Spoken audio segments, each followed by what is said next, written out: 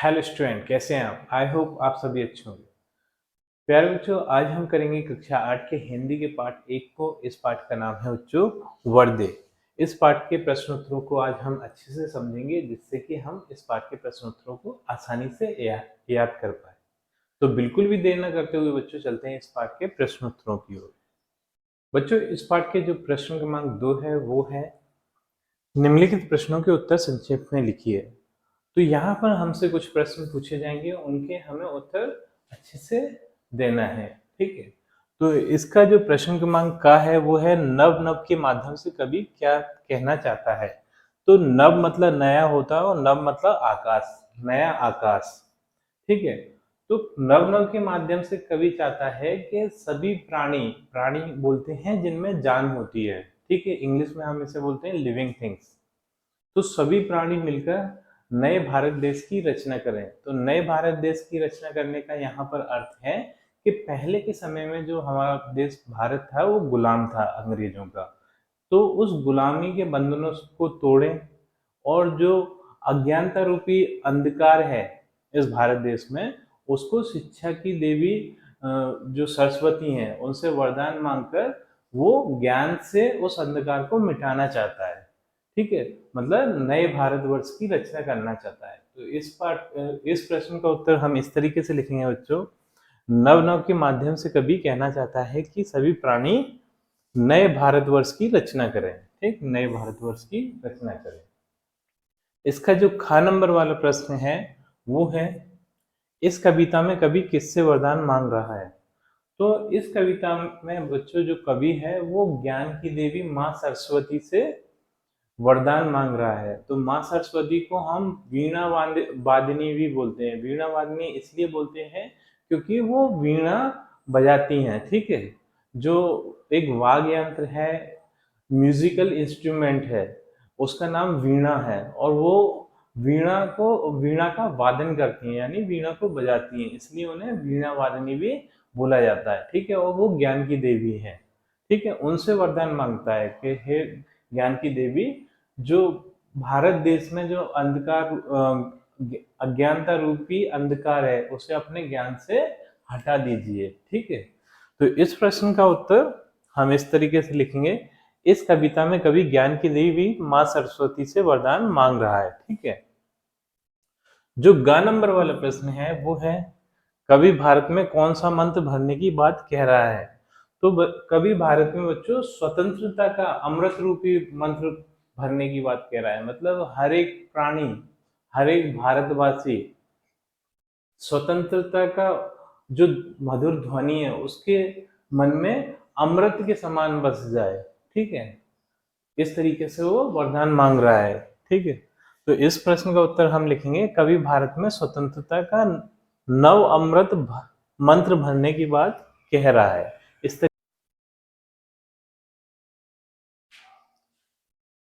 अब बच्चों जो प्रश्न क्रमांक 3 का नंबर वाला प्रश्न है वो है, कवि माँ सरस्वती से क्या वरदान चाह रहा है। तो कवि माँ सरस्वती से बहुत से वरदान मांगता है, जिसमें से पहला वरदान है कि वो चाहता है कि प्रत्येक भारतवासी के मन में स्वतंत्रता का अमृत रूपी मंत्र भर जाए, यानी सभी स्वतंत्रता की चाह करने लगे, सभी को स्वतंत्रता मिलने की, आजादी के लिए उसके मन में लालसा बैठ जाए, ऐसा वरदान मांगता है। क्योंकि उस टाइम पे हमारा देश भारत था वो गुलाम था अंग्रेजों का, और वो चाहता था कि हमारा जो देश है वो आजाद हो जाए। तो ऐसा वरदान मांगता है कवि। और दूसरा वरदान मांगता है कि जो अज्ञानता रूपी अंधकार भारत में फैला हुआ है, बहुत सारी कुरीतियां थी, कुप्रथाएं थी, वो जो माँ सरस्वती अपने वरदान वरदान से यानी ज्ञान से उस अज्ञानता रूपी अंधकार को हटा दें, और हर एक भारतवासी पढ़ लिख कर उन कुरीतियों को, कुप्रथाओं को छोड़ दे, जो जातिगत भेदभाव थे। ठीक है, ऊंच नीच की भावना थी, ये सारी चीजें जो कुप्रथाएं थी वो भारत देश से हट जाएं। ठीक है, तो इस तरीके के कवि वरदान मांगता है। तो इस प्रश्न का उत्तर हम इस तरीके से लिखेंगे बच्चों, कवि माँ सरस्वती से वरदान चाहता है कि संपूर्ण भारतवर्ष में स्वतंत्रता की नई भावना का अमृत मंत्र भर जाए। ठीक है, स्वतंत्रता पाने की लालसा आ जाए, प्रत्येक व्यक्ति के हृदय से विभिन्न स्तर से अज्ञान का अंधकार दूर हो जाए तथा सर्वत्र ज्ञान की ज्योति का झरना बहने लगे। जो अज्ञानता है, क्योंकि है ना जो बच्चों कुरीतियां और कुप्रथाएं आती हैं वो अज्ञानता के कारण आती हैं, और उस कुरीतियों कुप्रथाओं को हम ज्ञान के द्वारा ही हटा सकते हैं। ठीक, और ज्ञान कौन देगा? जो ज्ञान की देवी है माँ सरस्वती। ठीक है,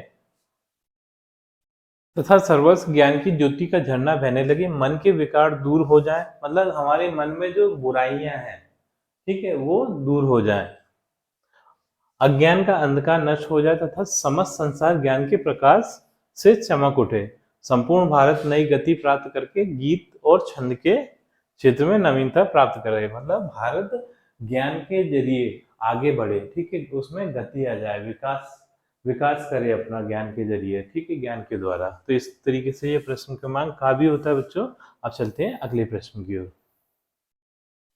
जो ख नंबर का प्रश्न है वो है, कवि प्रकृति की हर वस्तु में नए रूप क्यों देखना चाह रहा है? तो इस प्रश्न का उत्तर आप लिखेंगे, कवि निराला जी अपने कविता में प्रकृति की ही वस्तु का चित्रण नए रूप में किया है। मतलब प्रकृति की जितनी भी वस्तुएं हैं उनका जो चित्रण किया उन्होंने नए रूप में किया है। ठीक है, उनका नया रूप वो देखना चाहते हैं। वे चाहते हैं कि प्रकृति में कोई भी वस्तु अपने पुराने अथवा अतीत के स्वरूप में ना बनी रहे। वे चाहते हैं कि वहां मधुरता हो, भावुकता हो, सजीवता हो, क्योंकि प्रकृति अपने गति गति प्रधान स्वरूप में मनुष्य मन को शुद्धता, पवित्रता और कोमलता प्रदान करती है। यानी जब है ना प्रकृति अपने नए रूप में आती है तो उससे मनुष्य को क्या क्या मिलता है? एक तो शुद्धता मिलती है, पवित्रता मिलती है और कोमलता मिलती है। ये सारी चीजें प्रकृति के नए रूप से मनुष्य को मिलती है, इसलिए कभी प्रकृति को नए रूप में देखना चाहता है। ठीक है, अब देख लेते हैं बच्चों अगले प्रश्न को। जो प्रश्न क्रमांक 4 है वो है, निम्नलिखित पंक्तियों की उचित शब्दों से पूर्ति कीजिए। तो यहाँ पर जब हमने इस कविता को पढ़ा था बच्चों, उस कविता को जब हमने ध्यान से देखा होगा तो उसको देखकर हम है ना इस प्रश्न का हल कर सकते हैं। ठीक है, जैसे का नंबर वाला है, कलुष भेद तम हर डैश भर, तो डैश की जगह पर क्या आएगा? प्रकाश, प्रकाश भर।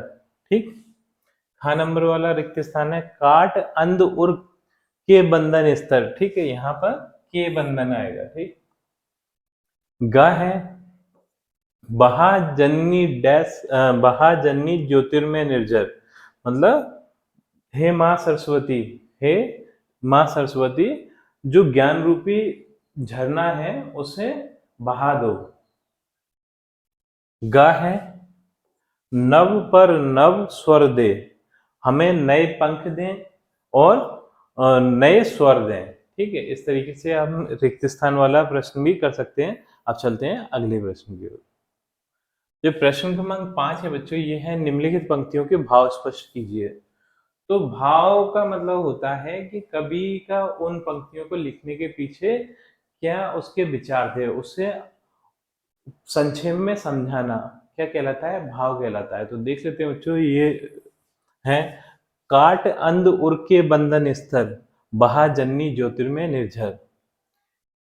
कवि माँ सरस्वती से ऐसा वरदान चाहता है कि हे माँ सरस्वती, जो भारतवासियों में जो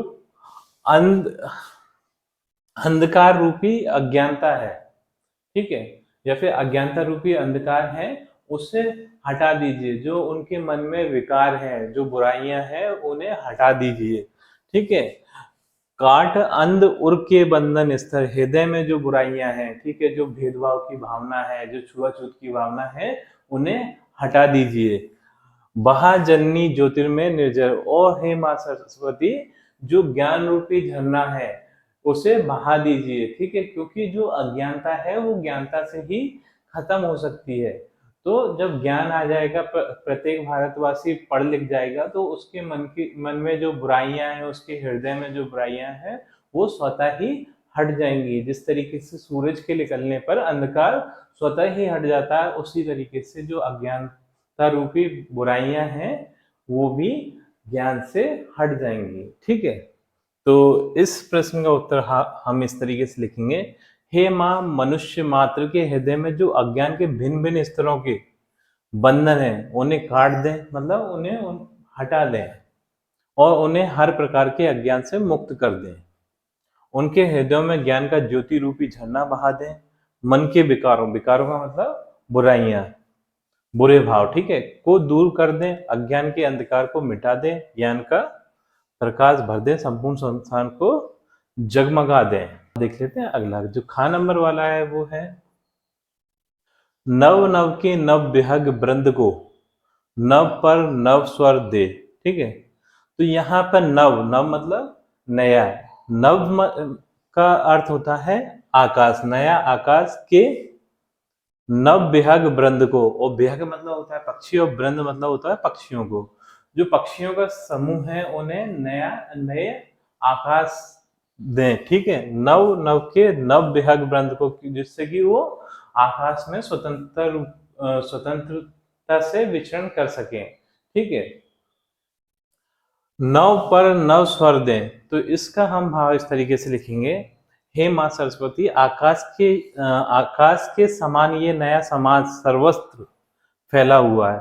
जो हमारा समाज है वो एक आकाश के समान फैला हुआ है। ठीक है, और इसमें नए नए कवि नवीन पक्षियों, अभी जन्म लेने वाले पक्षियों के समान चहकते हुए कल्पना की उड़ान भरने के लिए आकुल है।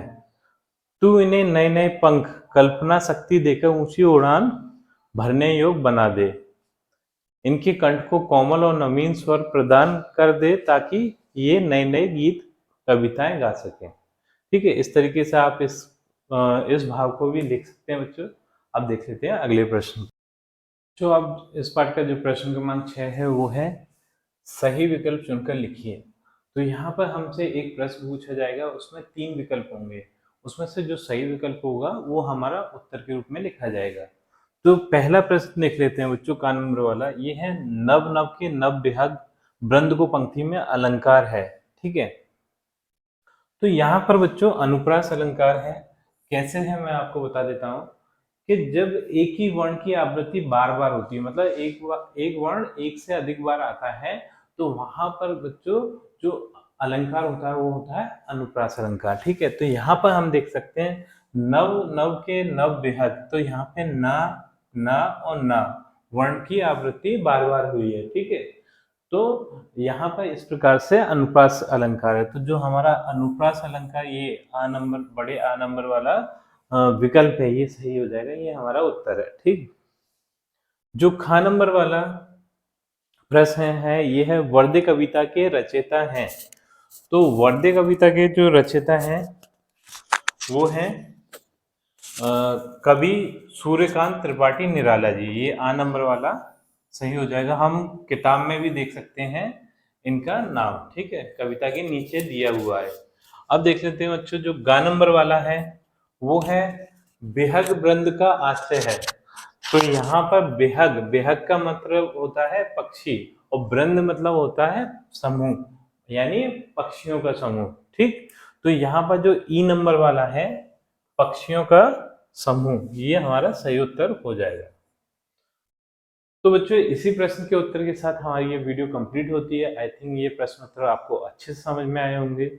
यदि ये प्रश्न उत्तर आपको अच्छे से समझ आए हैं तो बच्चों वीडियो को लाइक कर दीजिए, चैनल को सब्सक्राइब कर दीजिए। आपसे मिलते हैं अपनी अगली वीडियो में।